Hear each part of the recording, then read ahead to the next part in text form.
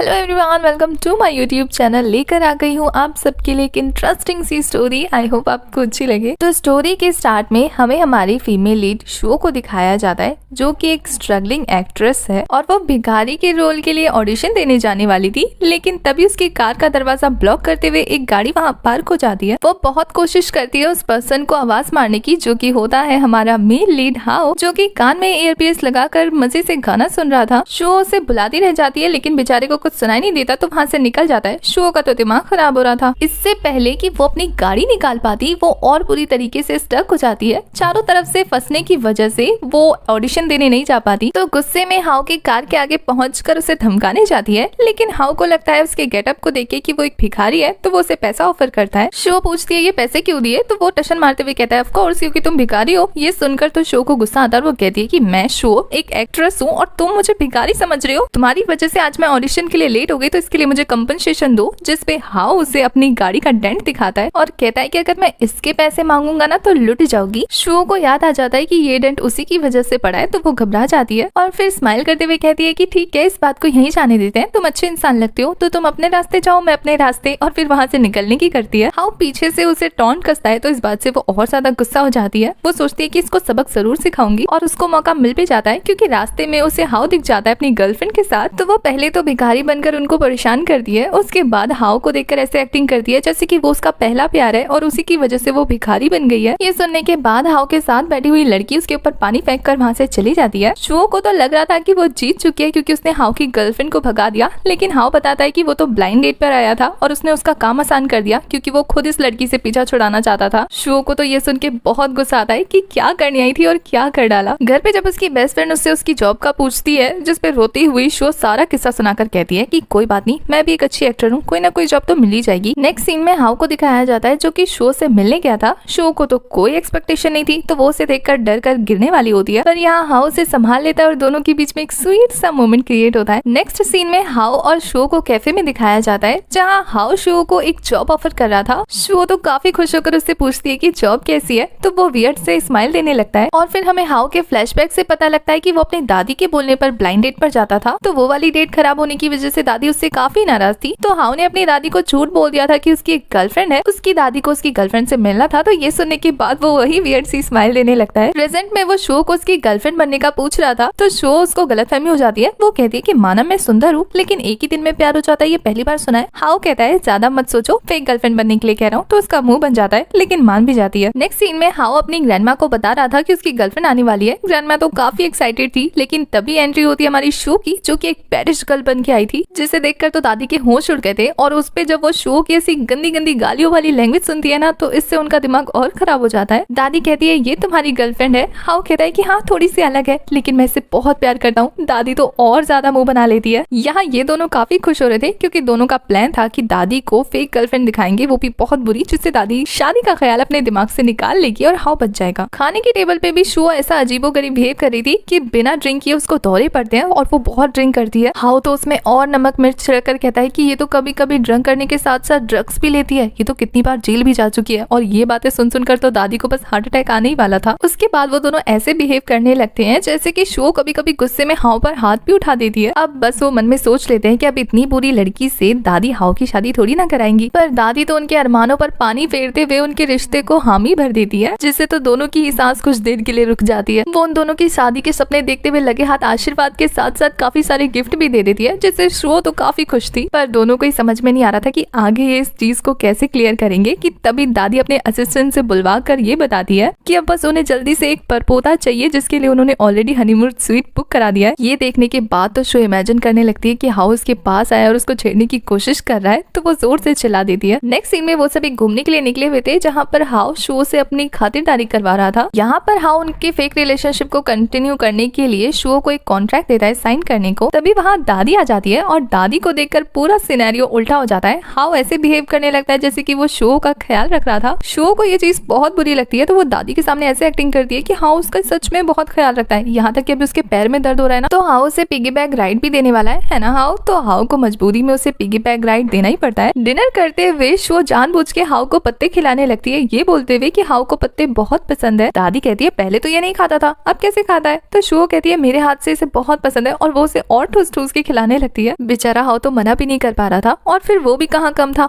वो भी शो के लिए केक मंगा लेता है क्योंकि उसे पता था कि शो डाइटिंग कर रही है। पर इससे पहले कि हाउ शो को केक खिला पाता, शो ऐसे एक्टिंग करने लगती है जैसे कि उसे वॉमिटिंग होने वाली है, उसको चक्कर आ रहे हैं।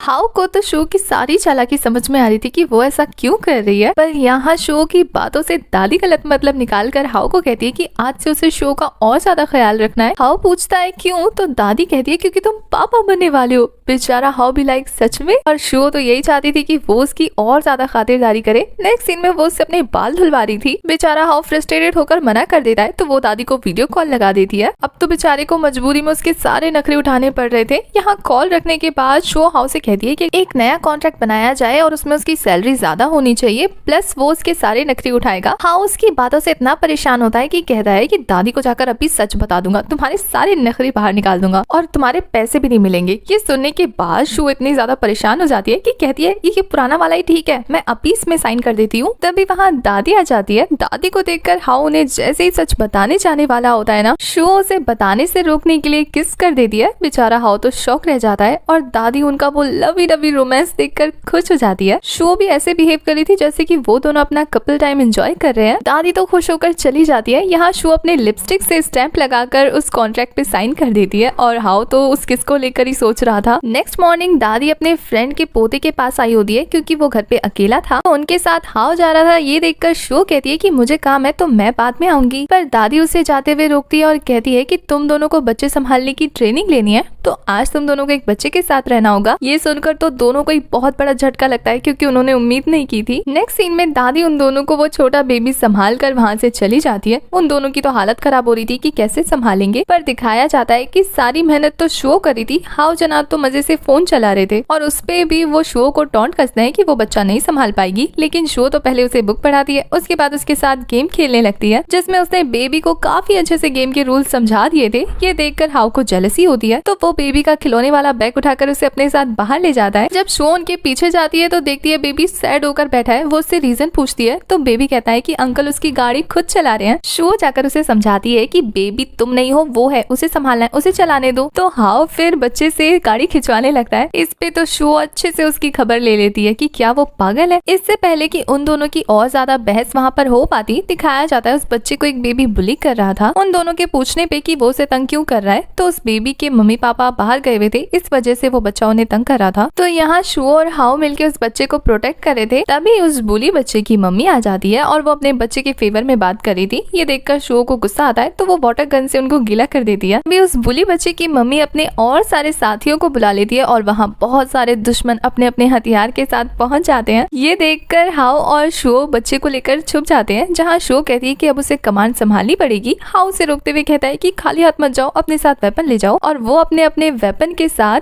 यानी कि वाटर गन के साथ मैदान में कूद पड़ते हैं और काफी स्टाइल मार मार के सारे दुश्मनों को मजा चखा रहे थे। बहुत देर की स्वैग वाली फाइट के साथ फाइनली वो दोनों जीत जाते हैं और काफी टशन मारते हुए कहते हैं कि मिशन कंप्लीट हुआ कैप्टन। नेक्स्ट सीन में वो दोनों फ्रेश होते हुए बात कर रहे थे कि कैसे किसने कितने लोगों को मारा, यानी कितने लोगों को मजा चखाया। उसके बाद वो बेबी को अपना नंबर देते हुए कहते हैं कि अब अगर कोई भी तुम्हें बुली करे ना तो हमें कॉल कर देना। ये देखकर छोटा बेबी उनको गले लगा लेता है और वो दोनों काफी क्लोज होकर ऑकवर्ड फील करने लगते हैं। तभी वहाँ दादी आ जाती है और वो उनसे पूछती है कि उनका आज का दिन कैसा रहा। तो वो दोनों सर झुकाकर एक्सप्लेन करने लगते हैं कि वो कैसे बच्चे की केयर कर रहे थे, पर तभी बेबी की गाड़ी की टक्कर लगने की वजह से वो दोनों एक के ऊपर एक गिर जाते हैं। उन दोनों की हार्ट बीट बढ़ जाती है एक दूसरे को इतना क्लोज देखकर, और यहाँ दादी जब उन्हें ऐसे देखती है तो कहती है कि तुम दोनों कंटिन्यू करो, मैं बाद में आ जाऊंगी बात करने। उन दोनों को ये सुन के बहुत ज्यादा अजीब लगता है और इसी के साथ हमारा ये वाला एपिसोड हो जाता है खत्म। आपको स्टोरी कैसी लगी कमेंट करके जरूर बताएं। आगे के एपिसोड्स के लिए चैनल को सब्सक्राइब करो, बेल आइकन प्रेस करो। तब तक के लिए बाय, टाटा, टेक केयर।